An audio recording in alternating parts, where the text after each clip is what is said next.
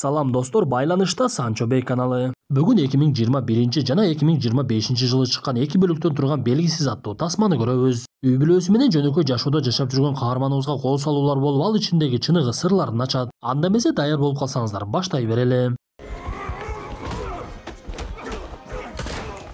Тасманын башталышы каарманыбыз Хич Менсел менен таанышабыз. Анын күнүмдүк жашоосу кайталанып, жумуш жана үй менен гана өтүп аябай зеригиштүү болчу. Ошондой күндөрдүн биринде түнү окумда каарманыбыздын үйүнө уурулар киргендиги байкалып, Хич аларды көрүп эле тартип сакчыларга коңгуроо кылайын десе, уурулар тапанча такай баштайт. Ошол учурда эле каарманыбыздын улуу баласы Блейк уурулардын бирин муунтуп, экинчисин Хич толугу менен урганга мүмкүнчүлүгү болсо дагы урбай коет. Ошондуктан уурулар бошонуп ал жактан чыгып кеткенге мүмкүнчүлүк болду. Бул окуядан кийин каарманыбызды баласы дагы жаман көрүп, жада калса ал жерге келген тартип сакчылар дагы эмнеге мындай кылбадыңыз деп таң калып, ал эле эмес каарманыбыз аялынын алдында дагы кадыр барк аябай эле төмөн экендиги байкалат. Хичти бир гана үйүндө кичинекей кызы Сэмми жакшы көрчү. Ошентип каарманыбыз эртең менен кайрадан жумушуна жөнөп, биз ушул жерде Хич кайнатасынын колунда иштегендигин түшүнөбүз. Бирок кайнатасы тескерисинче каарманыбызды колдоп, сен туура эле иш кылдың. Балким алар атып жиберсе эмне болмок деп Хичти колдоп кубаттап коет. Оз көз сайма менен интернеттин ылдамдыгы секундасына 300, ал тургай 500 мегабитке чейин.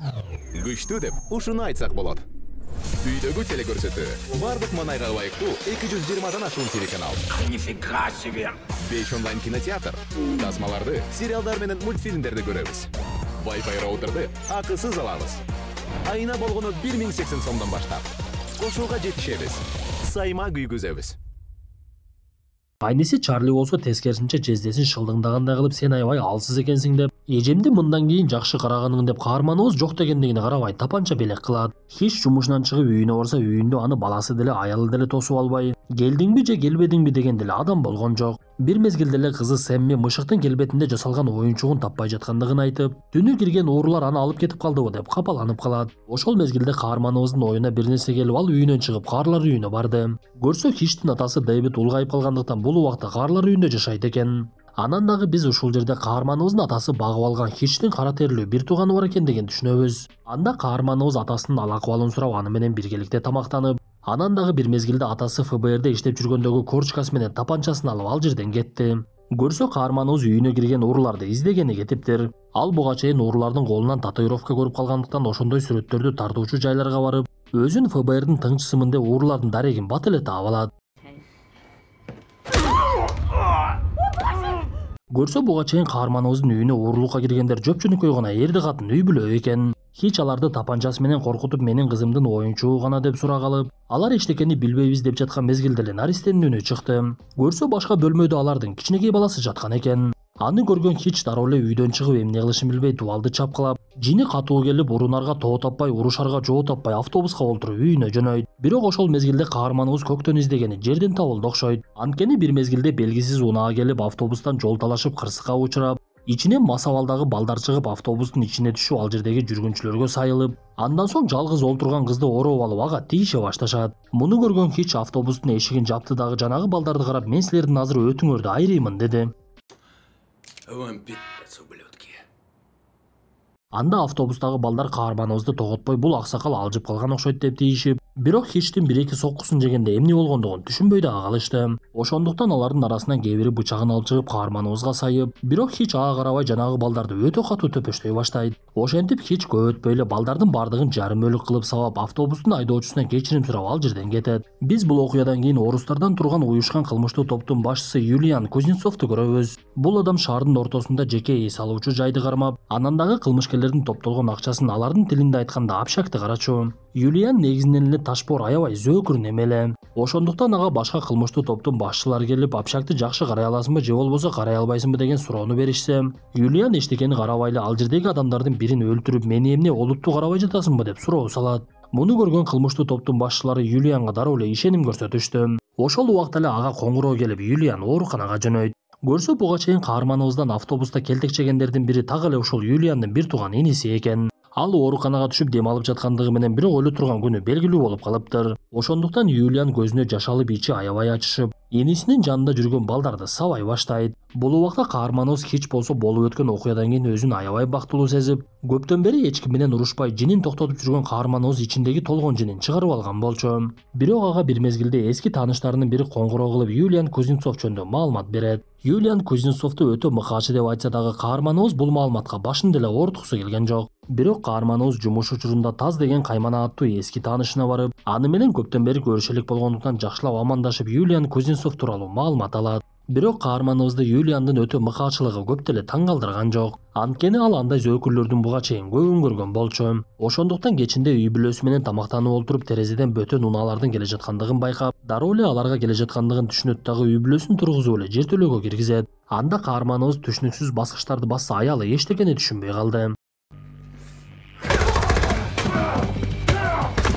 Каарманыбыз үй бүлөсүн жашыргандан кийин мылтыкчан келгендерди тосуп алып, алар менен катуу салгылашып биринин артынан бирин жок кыла баштайт. Бирок көпчүлүк баары бир Хичке үстөмдүк кылып аны токтоттуруп эсин оодарып алып кетишет. Бир мезгилде эле Хич ойгонсо унаанын арткы бөлүгүндө бара жатыптыр. Өзүнө келген каарманыбыз ал жерден өрт өчүргүчтү алып унаанын ички тарабына кирип барып ишке киргизет. Анда кылмышкерлер унаанын башкаруусун жоготуп кырсыкка учурап, каарманыбыз аман калып ал жердеги кылмышкерлердин бирөөсү жарадар экендигин көрөт. Ошол жарадар болуп жаткан кылмышкер Хичке "Сен деги кимсиң?" деп суроо салса, каарманыбыз жооп берип, "Мен негизи эч ким деле эмесмин, бирок мендейлерди аудитор деп коюшчу. Эгер мен сенин үйүңдүн алдында пайда болсом, демек сенин бүгүн өлө турган күнүң. Биздин кызматыбыз ушундай болчу" деп шашпай олтуруп айтып баштаса, жанагы кылмышкер өлүп калыптыр. Окуядан кийин каарманыбыз дароо эле атасына коңгуроо кылып жагдайды түшүндүрүп, "Мени издеп сизге дагы келиши мүмкүн, ошондуктан абайлаңыз" деп эскертип, андан соң үйүнө барып бети башын тазалап, жууп, үй бүлөсүн бекиткен жертөлөөдөн алып чыгат. Аялы менен улуу баласы Блейк ар жерде өлүп жаткан адамдарды көрүп такыр эле түшүнө алышпай, Хич болсо кичинекей кызынын көзүн жаап, ага эчтекени көрсөткөн жок. Мындан соң каарманыбыз үй бүлөсүн унаага салып, аялына сөз баштап, "Мен маселенин бардыгын чечкенден кийин сага түшүндүрүп берем, мен сураныч, мага ишенип кой. Бардыгы жакшылык үчүн" деп аларды кетирип жиберди. Мындан соң каарманыбыз жашырып койгон алтындарын, акчаларын алып, ал жерге келген башкесерлерди чогултуп, отуруп алып обондорду укканча өлгөн адамдарга өзүнүн окуясын айтып бере баштайт. "Мен бир кезде ФБРдин кызматкери болчумун. Биз өлкөгө чыккынчылык кылгандарды жок кылат элек. Мага бир күнү Алан деген адамды жок кыл деген тапшырма берилип, мен тапанчамды көтөрүп алып Аланды таап, аны өлтүрөйүн деп калганда Алан менден суранып сөзүн айткан. Ал мага убадасын берип, жөнөкөй гана жашоого кайтам дегендиктен мен макулдугумду берип, аны өлтүрбөй кой берип жиберип, бир жылдан кийин текшерүүгө бардым. Анда Алан чындап эле өлкөнүн башка бурчуна көчүп, үй бүлө куруп, жөнөкөй гана ишке орношуп, бактылуулук жашоосун өткөрүп жатыптыр. Эмнегедир ошондо мага дагы башкача сезимдер келип, жөнөкөй жашоого кайткым келди. Бирок ал жашоо менен көпкө бара албадым деп үйүн өрттөп ал жерден кетип калат. Мындан соң ал кайнатасына барып алтындарын таштап, "Мен сиздин ишканаңызды сатып алам" десе, кайниси мурдагыдай эле атырылып, "Сен кимсиң, келип эле ишкананы сатып алам дегенде каарманыбыз аны өзөртө согот. Тасманын кийинки көрүнүшүндө Хич айткандай эле каарлар үйүнө эки башкесердин келе жаткандыгын көрөбүз. Бирок бул жагдайга Хичтин атасы Дэвид дайын экен. Дэвид келген экөөнү ордунан деле турбай мылтыгы менен атып жок кылды. Бул убакта каарманыбыз кайнатасынан сатып алган ишканада атайын даярдык көрүп, капкандарды ырастап алдыда боло турган нерсеге чыгына баштайт. Андан соң Хич күйүүчү майын көтөрүп алып жөнөп кетти. Көрсө каарманыбыз Кузнецов эми аны тынч койбостугун түшүнүп, биринчи эле өзү анын кеңсесине барып, адамдарын өлтүрүп жок кылып, кымбат баалуу сүрөттөрүн талкалап, общактын акчасы сакталган жерди таап, $100 миллион акчаны өрттөп жиберет. Привет. Мындан соң Хич Юлиандын өзүнө барып, жанындагы жарылуучу затты көрсөтүп, ал жердегилердин бардыгын кетирип, Кузнецовдун өзү менен жалгыз сүйлөшө баштайт. Каарманыбыз ага эскертип, "Сен менин үйүмө адамдарыңды жөнөткөнүң өтө чоң катачылыгың болду. Анткени сен менин ичимдеги катып жүргөн күчүмдү чыгардың. Эми болсо мен сага жакшылап эскертейин. Маселени ушул жерде токтотолу, көзүмө көрүнбөй жок болуп кеткениң болбосо башкача болот. Мени түшүндүң деген ойдомун" деп жарылуучу затын көтөрүп ал жактан чыгып кетет. Бирок Юлиандын дагы бул боюнча эле жеңилип кала турган ою жок болчу. Ал адамдарына буйрук берип эле каарманыбыздын артынан унаалар менен кубалашып, мылтыктар менен аткылашып, Хичтин артынан такыр эле калбай коюшат. Бирок каарманыбыз бул жагдайга дагы алдын ала даяр болчу. Ал буга чейин атайын даярдык көргөн ишканага унаасын айдап барып, артынан кылмышкерлерди ээрчитип, бирок ичкери киргенге жетишпей бир буруштан чыга албай калат. Ошол маалда эле ал жерде каарманыбыздын атасы менен агасы пайда болду. Көрсө алар дагы Хичтин түшүп калган абалын билип жетип келишиптир. Биз ушул жерде каарманыбыздын агасы дагы атасы дагы так эле өзүндөй экендигин билебиз. Анткени алар дагы келгендерди эч кандай кыйынчылыгы жок эле өлтүрө башташты. Ал эле эмес келгендер Хич буга чейин даярдаган капкандардан дагы бөлүшүп, акыр аягы бардыгы жок болуп 3 каарманыбыз жана Юлиан гана тирүү калат. Бирок бул убакта каармандарыбыздын бирөөсүндө дагы ок калган эмес болчу. Ошол мезгилде Хич чөнтөгүнөн жарылуучу затын алып чыгып, ок өткөзбөй турган терезеге жармаштырып Юлианды көздөп чуркап жөнөйт.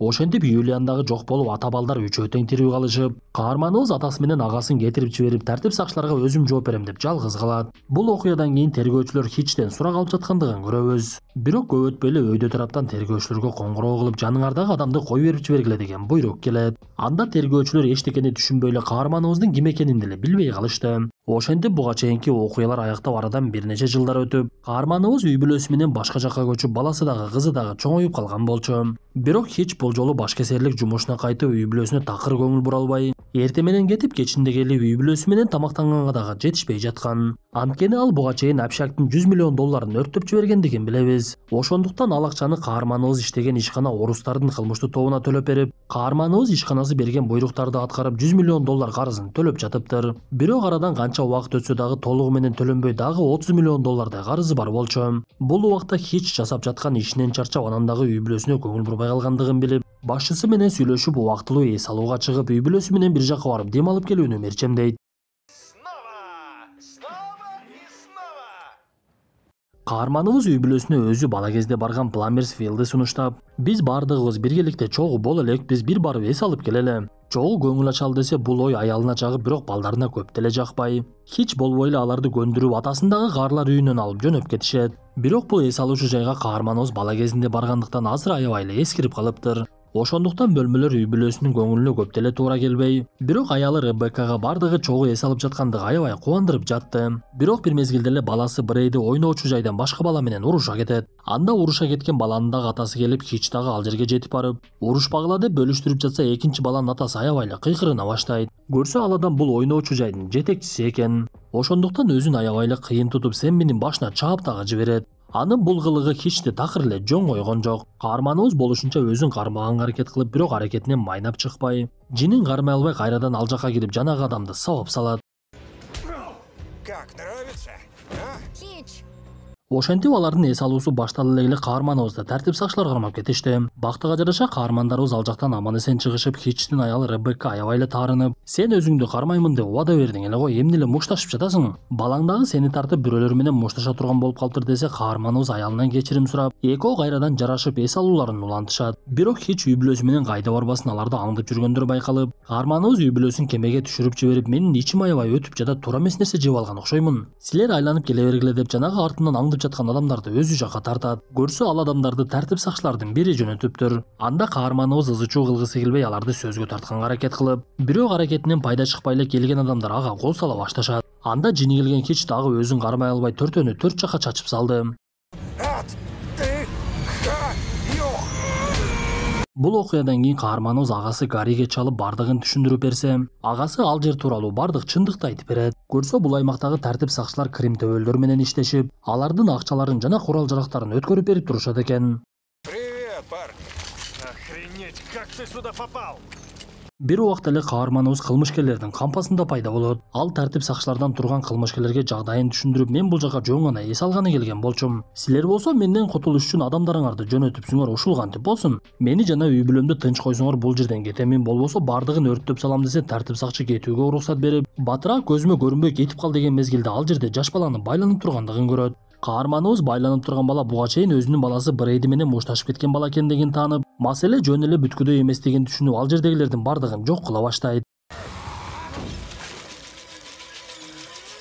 Ошентип Хич кылмышкерлердин колуна түшкөн баланы куткарып, ал жерди жардырып кетип калды. Биз бул окуядан кийин кылмыштуу топтун башчысы Лендинг деген аял менен таанышабыз. Бул аял өтө мыкаачы, алдынан чыккандарын оңой эле жок кылып койчу. Бир мезгилде Лендингге маалымат келип, анын Пламерсфилддеги кампасы жок болгондугу билинип, аны бир эле адам келип өрттөп салгандыгы видео байкоодон көрүнөт. Көрсө каарманыбыз жок кылган жер так эле ушул Лендингге тиешелүү экен.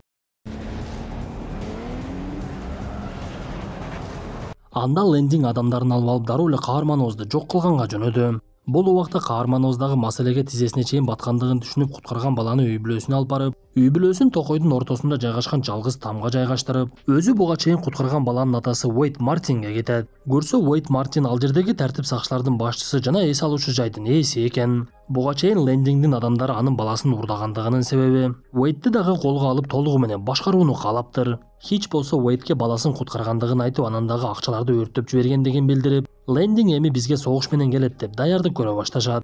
Уэйд биринчи эле эс алуучу жайды толугу менен жаап, ал жерге каарманыбыздын агасы Гарри дагы атасы дагы келип, курал жарактарды ар жерге жайгаштырышып, капкандарды дагы орното башташат. Бул убакта Лендингдин адамдары каарманыбыздын үй бүлөсү кайда экендигин да билип калышып, Лендинг адамдарына эч ким калбасын, бардыгын кырып жок кылгыла деген буйругун берет.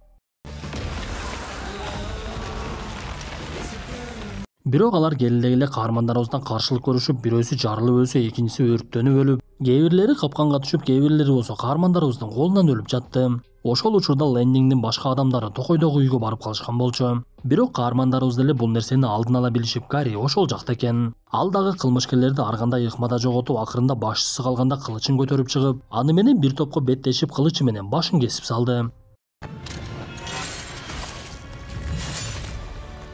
Бул убакта каармандарыбыз дагы болгон аракетинин бардыгын жасашып, бирок келгендер өтө көп болгондуктан алдары кете баштап, Лендинг алардын алдына чыгып каармандарыбызга үстөмдүк кыла баштайт. Бирок бул учурга Хичтин атасы Дэйвде даярдык бар болчу. Ал көрсө айлана чөйрөнүн бардыгына жарылуучу затын орнотуп коюптур. Ошондуктан каармандарыбызга сууга секиргиле деп буйругун берип, жарылуучу затты ишке киргизет. Ошентип ал жерге келген Лендинг адамдары менен жок болуп, каарманыбыз бул жолу аялы менен биргеликте тергөөчүлөрдүн колуна түштү. Бирок кайрадан эле тергөөчүлөргө өйдө тараптан коңгуроо келип, экөөнү тең бошотуп жиберүүнү буйруйт. Достор, ушундай мүнөттөр менен бүгүнкү тасмабыз да аягына чыкты. Тасма жакса мыкты белгисин басып, оюңуздарды сөзсүз калтыра кетиңиздер. Анда эмесе кийинки тасмадан жолугушканча ден соолукту жакшы карап, ар дайым үй бүлөбүзгө көңүл буруп, биргеликте эс алып турууну унутпайлы.